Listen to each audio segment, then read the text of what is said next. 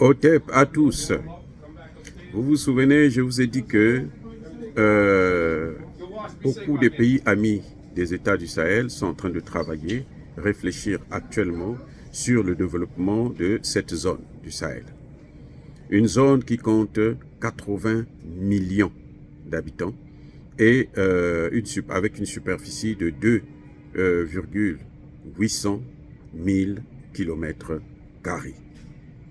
2 800 000 km².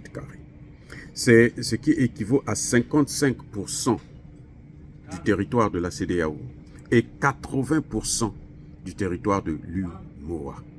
Donc, le sort de la France est scellé dans le Sahel. Je sais que la France, elle mise sur la possibilité de faire un coup d'État, de déstabiliser encore avec des terroristes et autres.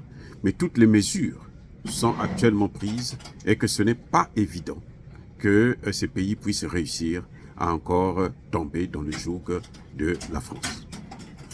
Au moment où nous parlons, où les pays amis sont en train de réfléchir, et c'est au même moment, comme par hasard, qu'il y a cette rencontre des experts des États du Sahel pour voir comment il faut mettre en place, renforcer la coopération, renforcer dans le domaine économique, dans le domaine sécuritaire, dans le domaine politique. Les ministres des Affaires étrangères des 3 pays sont au Mali, les ministres de l'économie et des finances étaient au Mali, et les experts sont restés au Mali pour poursuivre les recommandations, pour mettre en œuvre les recommandations que les ministres de l'économie et des finances ont posées.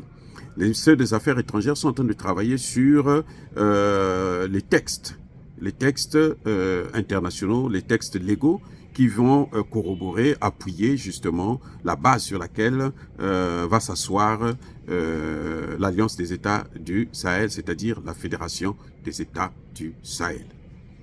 Et parmi les experts qui travaillent dans le domaine économique et dans le domaine politique, vous avez des Chinois, vous avez des Russes, vous avez des Turcs, vous avez même des Iraniens, et vous avez plein d'autres pays amis, ceux qui ont toujours soutenu le Mali, le Burkina Faso et le Niger.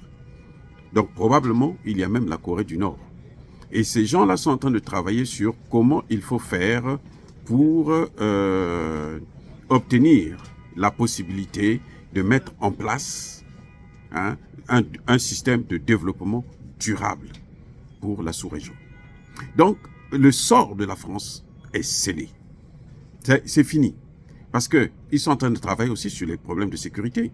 Je vous rappelle que, je vous ai dit il n'y a pas longtemps, que les experts ont déjà donné leur acquis pour la création d'une monnaie. Ils sont tous d'accord que c'est possible, que c'est faisable et c'est obligatoire. C'est nécessaire. Voilà les éléments qui font que toutes les tergiversations d'Emmanuel Macron et de Alassane Ouattara ne nous mèneront nulle part. Au contraire, ça ne fera qu'aggraver le cas, le sort de la France, qui va faire une chute libre. Parce qu'au moins, si elle avait voulu coopérer pour que la sortie soit en douce, bon, elle pourrait atterrir sur un peu quelque chose de, vous comprenez, l'éponge. Mais là, ça chute là. Ça va être comme un caillou qu'on largue depuis le 100e étage d'un immeuble. Vous voyez ce que ça fait?